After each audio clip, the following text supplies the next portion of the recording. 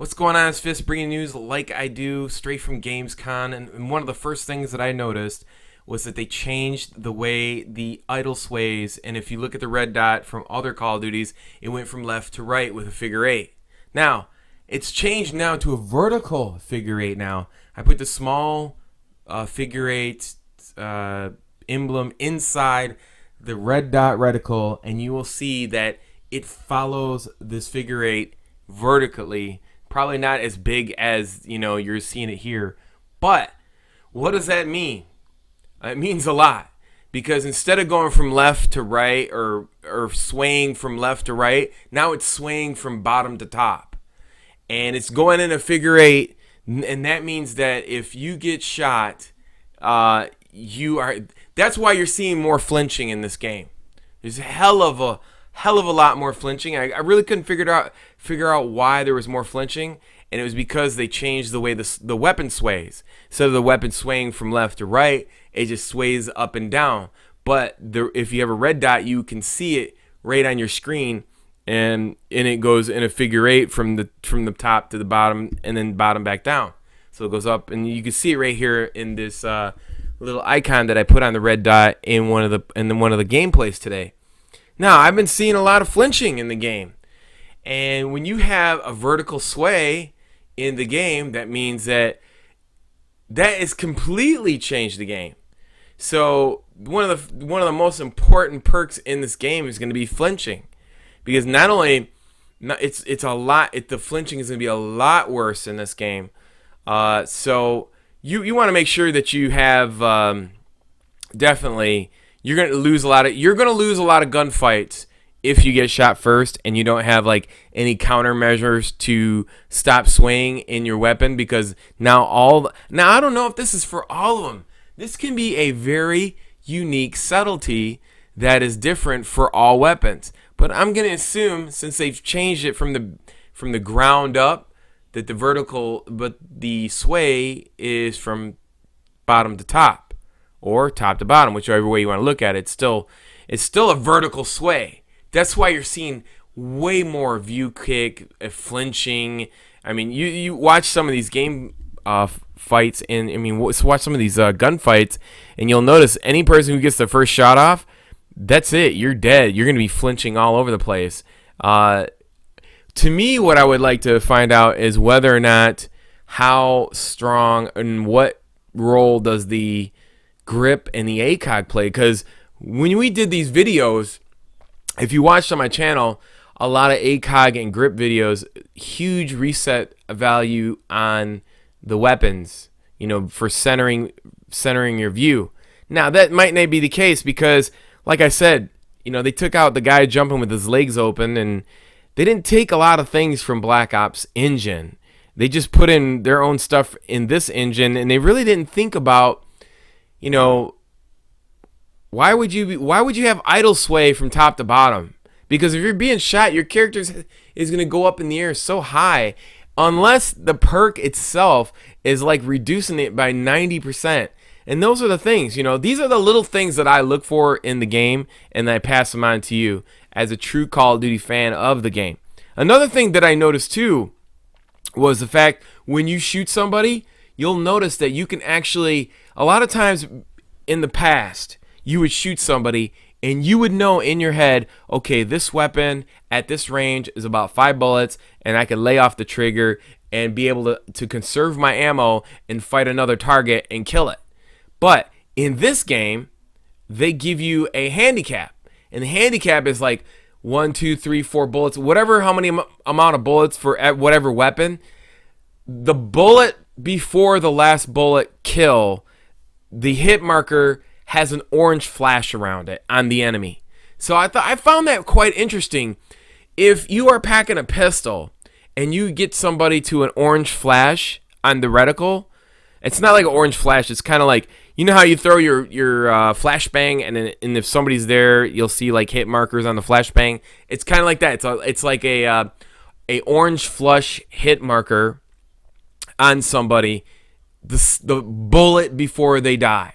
So if, let's say for instance, you get somebody down to that health, You could switch to a pistol to conserve ammo and take them out with one shot. Things like that. I mean, those are things like that could really help you in a battle. You know, if you get into a battle, even a long range battle, you could see how that could help you. You know, with a flush orange reticle before the last shot. But you'll notice a lot of flinching in this gameplay. I don't know if the perk is not unlocked or these people are just running, simple perks. Another thing too I want to point out is like the lighting in Modern Warfare or a Ghost is that now instead of having lights where shadows show up, they're more prevalent to be just nothing there. So if there's a dark area in this game, and I can only surmise that if you got dark areas in the game, see all that flinching that guy was taking? I mean, he was taking mad flinching. And once you get shot first, that's it. You're going to be flinching your ass off. You're not going to be able to recover. So this is more like a Modern Warfare 2 type setup versus any other Call of Duty as far as like two people shooting at the same time.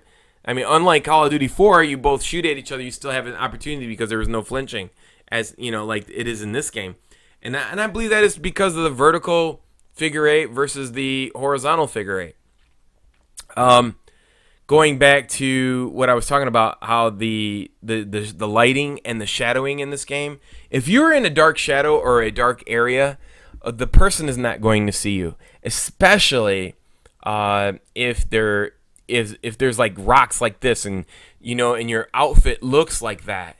So if you can think about it like Aftermath kind of like is like this map, and you'll notice like you'll go into really dark rooms, and if you don't, you might not be able to see that person in there. So that leads me to believe there's going to be some type of infrared or whatever see-through thing or things of that nature. But I've definitely noticed that jump is going to get you killed in this game. What I would have liked to have seen was them incorporate, instead of all like the gimmicky, add-ons like, care package, marching orders or whatever.